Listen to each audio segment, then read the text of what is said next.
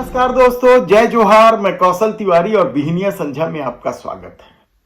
छत्तीसगढ़ के पूर्व मुख्यमंत्री भूपेश बघेल की सुरक्षा में हुई चूक को लेकर छत्तीसगढ़ की राजनीति गर्म हो गई है।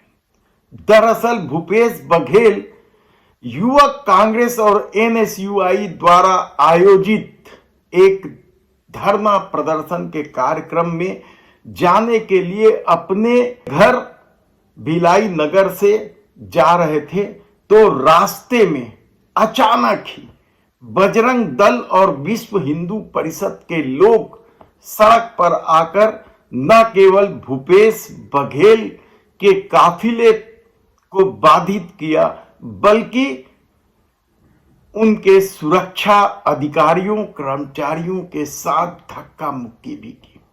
आप सोच रहे होंगे कि भूपेश बघेल इस दौरान कार में बैठे थे। नहीं, वे तत्काल बजरंग दल और विश्व हिंदू परिषद के कार्यकर्ताओं के बीच जा कूदे और इस वजह से एक बारगी तो वहां आपाधापी मच गई थी। यानी आप सोचिए कि पूर्व मुख्यमंत्री को जिस तरह की सुरक्षा दी गई है, जिस श्रेणी की सुरक्षा दी गई है, उसमें कोई इस तरह के आंदोलनकारी या असामाजिक तत्व काफिले के सामने कैसे आ सकते हैं। लेकिन यह घटना हुई है रिसाली के पास, और इसे लेकर भूपेश बघेल ने क्या कुछ कहा, पहले वह सुन लीजिए। चौक में थे, सिरसा गेट चौक पे, अचानक वो सड़क पे आए, मेरा मार्ग रोके। गाड़ी रोकने के बाद वो नारेबाजी भी कर रहे थे और मेरे जो सुरक्षा में जो तैनात सरकार ने जो दिया है उन कर्मचारी अधिकारियों के साथ धक्का मुक्की कर रहे थे। 2 बार मुझे गाड़ी से उतरना पड़ा और बदतमीजी भी कर रहे थे और पीछे वाले गाड़ी को तो रोक ही लिए। तो इस प्रकार से शासन जो सुरक्षा दी है उसमें भारी सेंध, और ये सत्ता पक्ष के लोग जो बजरंग दल अपने आप को बता रहे थे, उनके द्वारा कल शायद भिलाई में कोई घटना घटी थी और वो कह रहे थे आतंकी हमला हुआ है। तो आतंकी हमला हुआ तो शासन प्रशासन से बोलो भाई, क्या मुझे क्यों बोल रहे हो। मुख्य बात यह है, और ये टारगेट करके मैं यहाँ ना आ सकूं इसलिए वो रोक रहे थे। तो सरकार इतनी डरी सहमी हुई है कि अब इस प्रकार से अपने कार्यकर्ताओं के द्वारा विपक्ष के नेताओं को टारगेट किया जा रहा है। ये पहली बार ऐसा हुआ है। यदि वहां चक्का जाम की सूचना पहले से थी, पहले चक्का जाम होता, प्रशासन हमको बता देते, सुरक्षा कर्मचारी अधिकारी दूसरे रास्ते से लाते, लेकिन ऐसा कुछ नहीं हुआ। वो अचानक वो आया, जैसे मेरी गाड़ी की सायरन बजी, टारगेट की सायरन बजी, तत्काल वो आ गए। तो इस प्रकार से धक्का मुक्की भी किए, बदतमीजी भी किए और सुरक्षा अधिकारियों के साथ भी धक्का मुक्की किए। ये बजरंग दल और विश्व हिंदू परिषद के लोग इस प्रकार से निरंकुश हो कि कुछ भी कर लेंगे, तो प्रशासन मौन होकर देख रही है।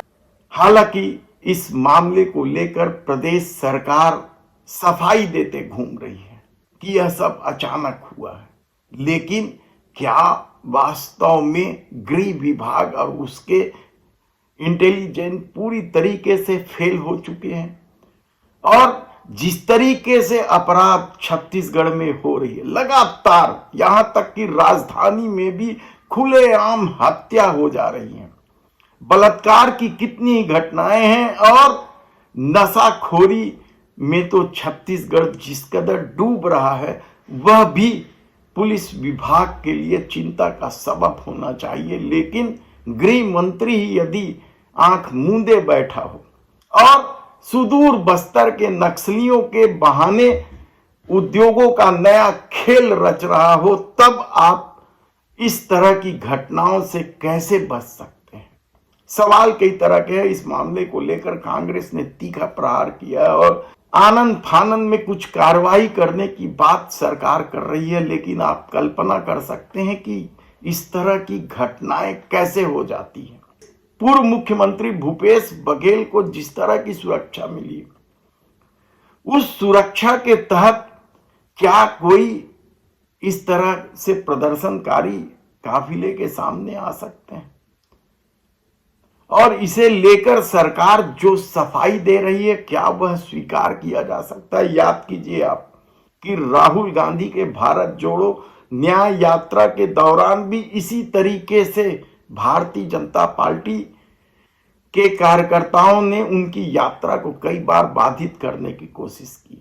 लेकिन इससे भी इतर यदि आप देश के प्रधानमंत्री की बात करें तो उन्होंने तो पंजाब में सुरक्षा चूक को लेकर इस कदर हल्ला मचाया और देश के प्रधानमंत्री ने तो इसे हत्या की साजिश तक बता दिया था। लेकिन भूपेश बघेल कांग्रेसी हैं और उन्होंने दमदारी से इन प्रदर्शनकारियों के बीच घुसकर उनका सामना भी किया। हालांकि इस दौरान आपाधापी भी खूब मची और सुरक्षा अधिकारियों और कर्मचारियों के साथ धक्का मुक्की भी हुई। इतनी बड़ी घटना के बाद भी यदि प्रशासन खामोशी से बैठा, हालांकि कहा जा रहा है कि उन आंदोलनकारियों के खिलाफ रिपोर्ट दर्ज कर ली गई है, जुर्म दर्ज कर लिया गया है, तो क्या उनकी गिरफ्तारी होगी पूरे लोगों की? यह सबसे महत्वपूर्ण सवाल है। लेकिन जिस तरीके से सरकार चल रही है और जिस तरीके से शायद सरकार पर रिमोट पर चलने वाली सरकार का आरोप लग रहा है, उसके बाद क्या यह किसी साजिश का हिस्सा था? क्या इस बात की भी जांच होनी चाहिए? धन्यवाद।